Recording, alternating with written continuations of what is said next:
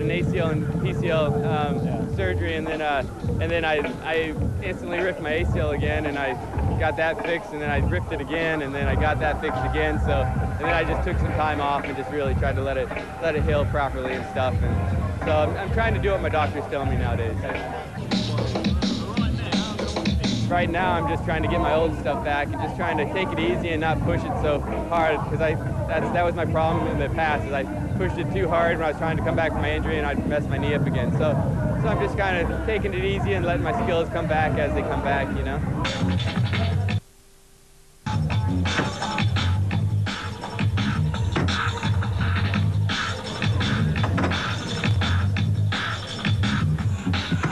Since its heyday in the early 80s, the popularity of BMX slumped until its revival in the early 90s. The sport is now directed more by the riders themselves.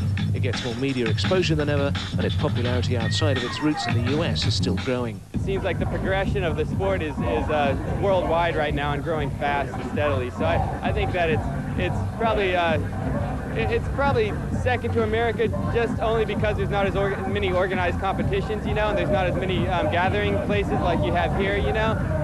But I think that's going to change in the future. I think there's going to be more and more promoters and people that put together, you know, battlegrounds like this for all the competitors to come in and show their stuff off and really kind of let people know how well and how big it's growing in the community.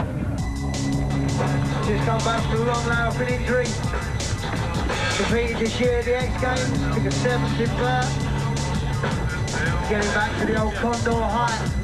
Yeah, double peg grab. Hands behind the back.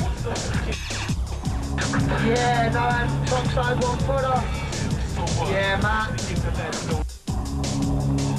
Boom, big 540 for the condor. Matt started mixing business with pleasure with the launch of Hoffman bikes in 1992. Since then, he hasn't looked back. I'm glad that everybody thinks I'm a millionaire, but I wish I was not. I don't know, like, I mean, I work really, really hard, you know, and I promote the sports, you know. I think people probably think I make a lot more money than what I actually do, but that's fine. I don't mind. Like, I have about 7 different companies, and I don't sleep much. So, you know, you take the good with the bad, you know. So, like, I enjoy working and directing the sports, you know, but it makes for a lot of restless nights too.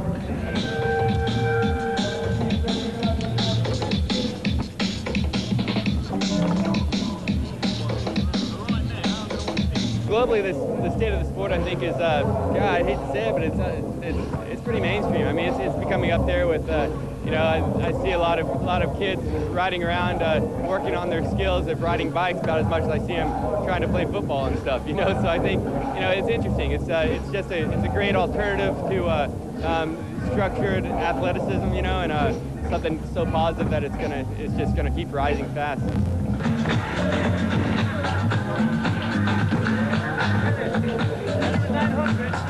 When not in the saddle, how else does the ultimate BMX guru get his thrills?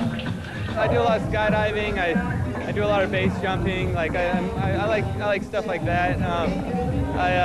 You know, I've done a little bit of, you know, skateboarding and snowboarding, but I'm nowhere near anything to do that. And I think mainly because my body's so wrecked, and I can't really concentrate too hard on much else but bike riding and my businesses, and I love to jump out of planes and off buildings every once in a while, and that's about all.